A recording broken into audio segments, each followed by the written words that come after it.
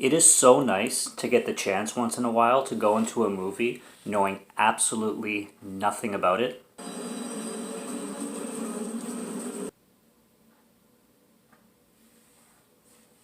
Case 39.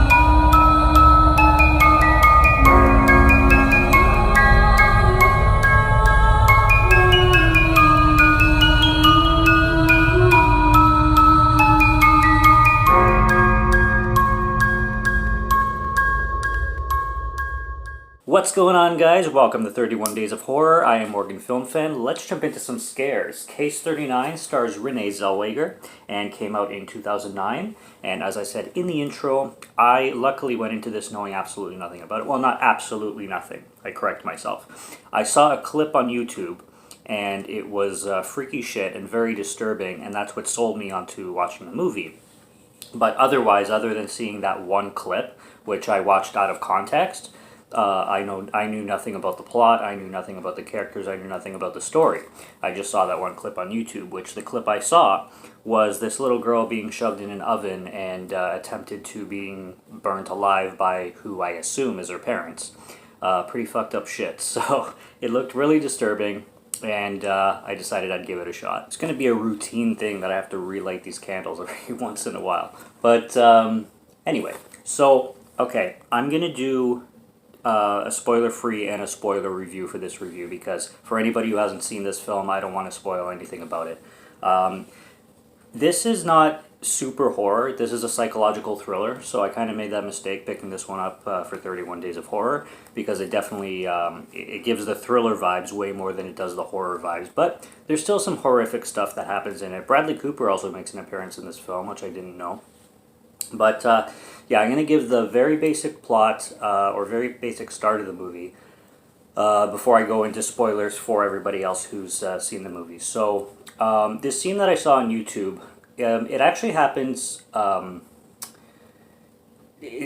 thought it would happen at a different time in the movie than it actually happened. So the one scene where this girl is being shoved in the oven by her crazy ass parents happens in a different place in the film than I thought it would.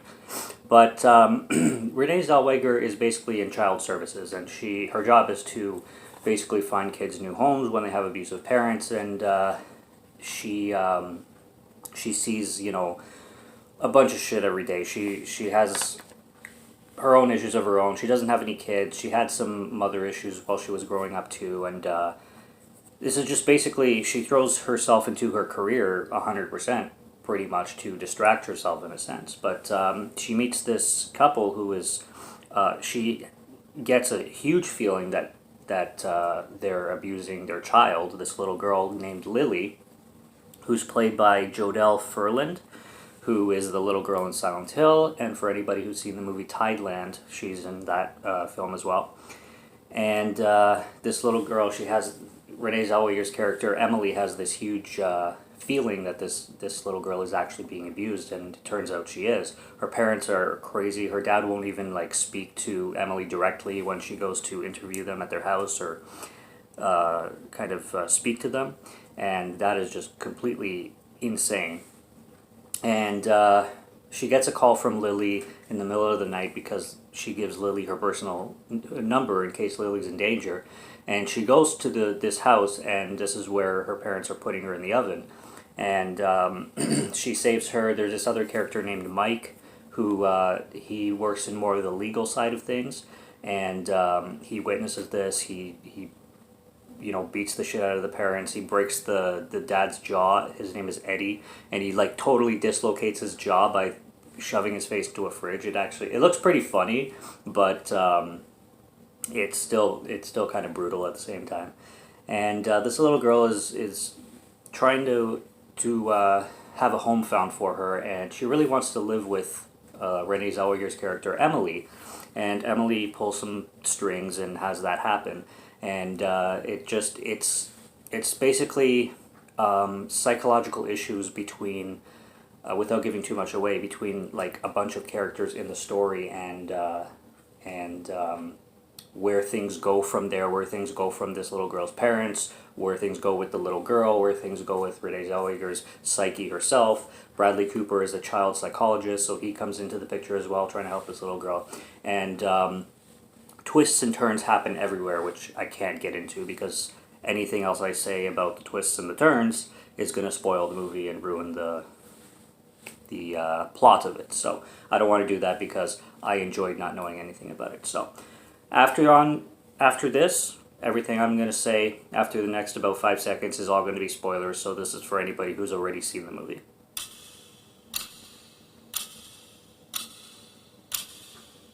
Okay, let's get into some spoilers. Evil children, alright? I didn't see this as an evil child movie. When that little girl was being put in that oven and burnt alive, I felt so disturbed, and I was so happy to see the parents get what they did, especially the dad having his jaw broken. That dad was seemingly psycho, and I was so glad that they were taken to the mental ward. But as things get revealed, and as you start feeling sorry for, as you stop feeling sorry for the little girl, and start feeling scared for everybody else around her, things get terrifying. Now, I wish there wasn't so much CGI, and I wish there wasn't so much cliches in this film, because this film is filled with both. The whole fly scene, Bradley Cooper death, was just ridiculous. I mean, it's so corny that it takes you out of the movie. They're trying to make it scary, but it's just not. And it's random. And I thought this film was going to go like severely supernatural, which it does. But one scene I loved, which this film does a good job in, is just the dialogue. Is that one of my favorite scenes is Doug's, played by Bradley Cooper, and Lily's interview or session, like therapy session, and Lily is just owning Doug. She is owning him. That little girl, what she says, and her facial expressions, she's always been a really great actress. And she terrifies the shit out of Doug, and she terrified the shit out of me. She's like, you're facile. And he's like, facile? Do you even know what that means? And she's like, yeah, lacking depth and sincerity, or something like that. She's giving him big words, and she's like, you're also smug. And she's like, I have bad thoughts about people, and he's like, bad thoughts like about who? And she's like, you. And she's just so threatening and evil and malicious. This is like a mix between inspiration of like The Omen and The Orphan. Orphan, the they just released Orphan First Kill, but the original Orphan. So Omen and Orphan vibes going on, but in a different direction at the same time. I think Renee Zellweger is a very believable actress in her role. Bradley Cooper doesn't spend too much time with the film. He's basically just there to show up and be killed and try and get in Renee Zellweger's pants at the beginning of the film, which I found funny because it totally suits the kind of guy and character and charm that he has. But the phone calls, like the whole Diego situation where he beat his parents to death with some iron pole or metal pole or something like that. And the way Lily is able to lie through her teeth with the most innocent face and everything. Like I said, I'm glad I didn't know about the plot, because I think this film wouldn't be. I don't think I would enjoy this film as much if I knew what was coming. It's the fact that I didn't know what was coming that made this so effective, because I was terrified for this little girl, but then you start to see how evil and demonic she is, literally. I love the scene with Eddie, her father, in the insane ward, where he's talking to to Emily and telling her that she is evil incarnate, this little girl. And ever since she was born, people started to drop like flies in their family. He had, I think, like three sisters, and the mom had two brothers. And the mom in the psych ward too, she's always feeling like her skin's on fire. And just, it's insane, like Omen vibes, where this little girl can actually have supernatural powers it gets to. Again, the CGI is a little bit too much sometimes and not effective when it comes to the supernatural stuff, because they just didn't put the budget towards the effects, and that always has an impact, a negative impact on movies when it comes to horror, when it comes to showing something scary and you use too much shitty CGI. It takes away the effect of the scene, and that's unfortunate. But where this film strikes high is in its writing and in its performances, I must say.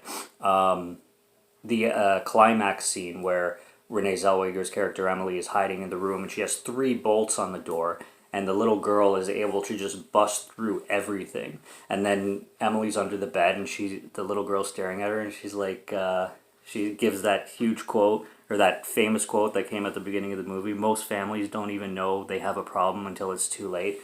And she's like, I'm going to give you to the count of three to come out of there. 1, 2, and she's just so innocently sweet, but you know how evil this bitch is. Oh my gosh, so good. So good. I was surprised she fell for the tea, because Emily uses the sleeping pills crushed in the tea, and I'm surprised because this little girl's psychic, like she can predict things and sense things, so she would easily be able to sense the pills. I think she just wasn't afraid of them because she knew that they would have no effect on her, because after the house is on fire, she comes outside and she's like, that was mean. So she probably knew that she was safe, kind of thing. And the whole drowning ending, where she drives her car into the water. And that's the thing about this psychological thriller that is so well done. And the positives in this movie is how psychologically great it is, with her, like Emily's paranoia about her past with her mother, because her mother drove into the water in the rain the same way she is with this little girl. And it's just giving her this big mind fuck. And similar to The Omen, like, how do you kill this child and get away with it, convincing people like in the child services center that, oh, the little girl's a demon, don't worry. Like, you can't. Like, there's no way Emily, Renee Zellweger's character, is safe at all. She can't kill her. She can't get rid of her because she feels in her morals that she can't give her to another family, because she's going to fuck that family the same way. And she witnessed how much this little girl fucked the original family, Eddie and Margaret, who you had no doubt at the beginning of the movie were insane, until the movie progressed, and then you realize that no, they're actually just trying to survive this evil presence. And yeah, like, she's in between a rock and a hard place completely. Can't kill the girl because she's going to the psych ward. Clearly, nobody's gonna believe her. Can't give her away. Can't keep her. She's fucked. Like, it's crazy. And the sinisterness of this little girl, I just loved. I have to rewatch Orphan, because the thing about Orphan, I watched it once a long time ago. I think I was a teen, and I didn't like the movie. I really didn't care for it all that much. But it's a proven classic, and it gets so many positive reviews that I need to give it another watch before I say anything about it, because I can't judge it yet because it's been so long. So I have no fair assessment on it.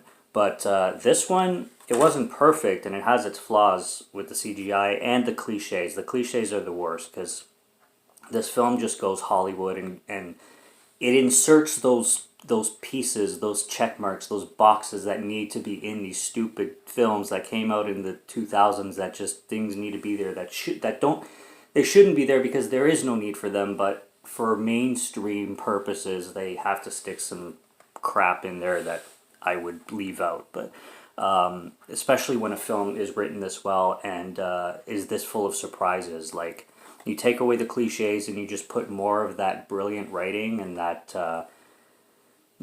psychological paranoia theme, and I think this film could have been just elevated so much more. 2.5 out of 5 goes to this one because it's straight down the middle. It's a 50 out of 100 for me. Why out of 100? Because I hate decimals. And yeah, it's pretty fantastic. Anyways, I don't want this to go too long. These reviews I like to keep 10 to 15 minutes. This is already going over 15. So, Case 39, I'd say check it out. I hope you haven't been watching up to now if you haven't seen it yet, but unless you really don't care about spoilers. But it's a great movie and it's a great experience to check out without knowing anything about it, in my personal opinion. So I didn't mind it. 50 out of 100. Subscribe to Morgan Film Fan if you'd like to listen to my voice or if you like my film reviews. I'll be back with more soon. Check out what's on the channel already. And until next one, have a good one. Take care and cheers.